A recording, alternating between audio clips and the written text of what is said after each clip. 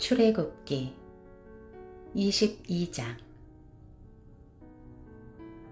어떤 사람이 소나 양을 훔쳐서 잡거나 팔면 소 한 마리에 소 5마리, 양 한 마리에 양 4마리로 갚아야 한다. 만약 도둑이 어느 집에 들어가다가 잡혀서 맞아 죽었으면 피 흘린 것이 아니다. 그러나 해 뜬 후에 일어난 일이면 그는 피 흘린 것이다. 도둑은 반드시 제대로 된 보상을 해야 하고, 만약 가진 게 없으면 훔친 것을 보상하기 위해 자기 몸이라도 팔아야 한다. 만약 훔친 것이 소든 닭이든 양이든 그 손 안에 살아있는 것이 발견되면 그는 2배로 갚아야 한다. 밭이나 포도원에서 가축들이 꼴을 먹다가 남의 밭에 가서 꼴을 먹게 되면 자기 밭이나 포도원의 가장 좋은 것으로 보상해 주어야 한다. 불이 나서 가시던 물에 옮겨부터 곡식단이나 자라고 있는 작물이나 밭 전체를 태우면 불을 놓은 사람은 보상을 해야 한다. 이웃에게 돈이나 물건을 잘 보관해 달라고 맡겼는데 그 집에서 그것들을 도둑 맞을 경우 그 도둑이 잡히면 2배로 갚아야 한다. 그러나 도둑이 잡히지 않으면 그 집 주인이 재판장 앞에 가서 그 이웃의 물건에 손을 댔는지 여부를 판결받아야 한다. 소나 나귀나 양이나 옷이나 그 밖에 잃어버린 물건에 대해 누군가 서로 내 것이라고 주장하는 모든 불법적 행태에 있어서는 양쪽이 모두 그 사건을 가지고 재판장 앞에 나와야 할 것이다. 재판장이 유죄를 선고하는 사람은 그 이웃에게 2배로 갚아야 한다. 나귀나 소나 양이나 어떤 다른 짐승을 이웃에게 잘 보관해 달라고 맡겼는데 그것이 죽거나 상처나거나 아무도 못 보는 곳에서 끌려갈 때는 그 이웃이 남의 물건에 손대지 않았다는 것에 대해 여호와 앞에서 맹세하는 것을 그 둘 사이에 두어야 할 것이다. 주인이 이것을 받아들이면 보상하지 않아도 되지만 그것이 그 집에서 도둑 맞았다면 그는 주인에게 보상해야 한다.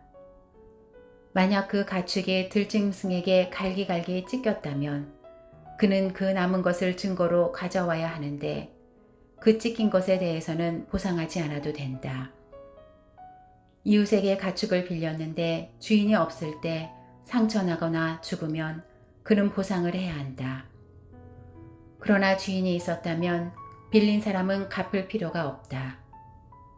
가축을 돈을 주고 빌린 것이라면 빌릴 때 준 값이 손해의 보상이 된다. 정혼하지 않은 처녀를 유혹해 잠자리를 함께 했다면 반드시 값을 치르고 아내로 삼아야 할 것이다.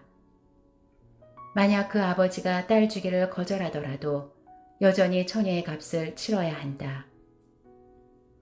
무당은 살려두지 말라. 짐승과 관계하는 사람은 누구든 죽어 마땅하다.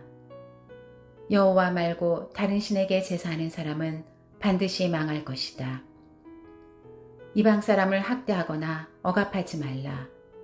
너희도 이집트 땅에서 이방 사람이었다.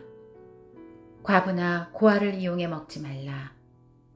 어떤 식으로든 너희가 그렇게 하면 그들이 내게 부르짖을 것이고 내가 반드시 그들의 부르짖는 소리를 들을 것이다.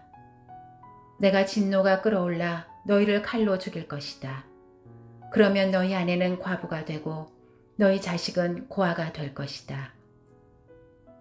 내가 내 곁에 있는 가난한 내 백성 가운데 누구에게 돈을 꿔주었다면 너는 그에게 빚쟁이가 되지 말고 이자도 받지 마라. 내가 만약 담보물로 내 이웃의 외투를 가져왔다면 해가 지기 전에 돌려주어라.